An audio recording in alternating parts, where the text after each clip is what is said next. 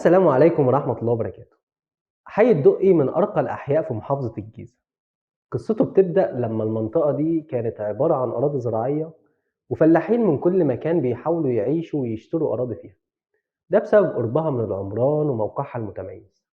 لحد ما جت عيلة من الصعيد سيطرت على الأراضي دي، اسمها عيلة الدقي، ومن هنا جه سبب التسمية. العيلة دي عاشت فترة طويلة جدا في الدقي، بس مع سيطرة البشوات على الأراضي رحلوا للأرياف في المنوفية. الدقي في الستينات تطورت تطور كبير جدا، وبقت مكان بيجذب الأغنياء إنهم يعيشوا فيها.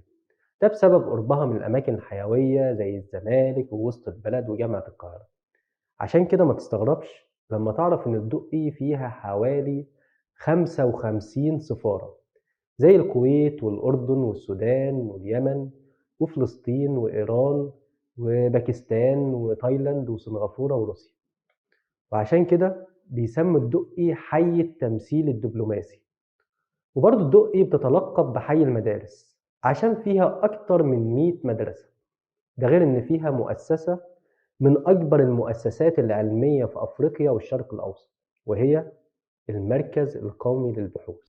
عشان كده كان طبيعي إن الرئيس العراقي الراحل صدام حسين لما كان طالب وجي يدرس القانون في جامعة القاهرة كان عايش في الدقي. في رئيس تاني برضه كان عايش في الدقي قبل وصوله للحكم، وهو أول رئيس لجمهورية تونس بعد الاستقلال عن فرنسا، وهو الحبيب بورقيبة.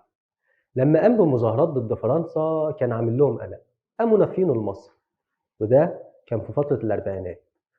وبقى رئيس تونس من 1957 لحد 1987. ودي كانت قصتنا النهاردة. شكرا ونشوفكم في حلقة جديدة.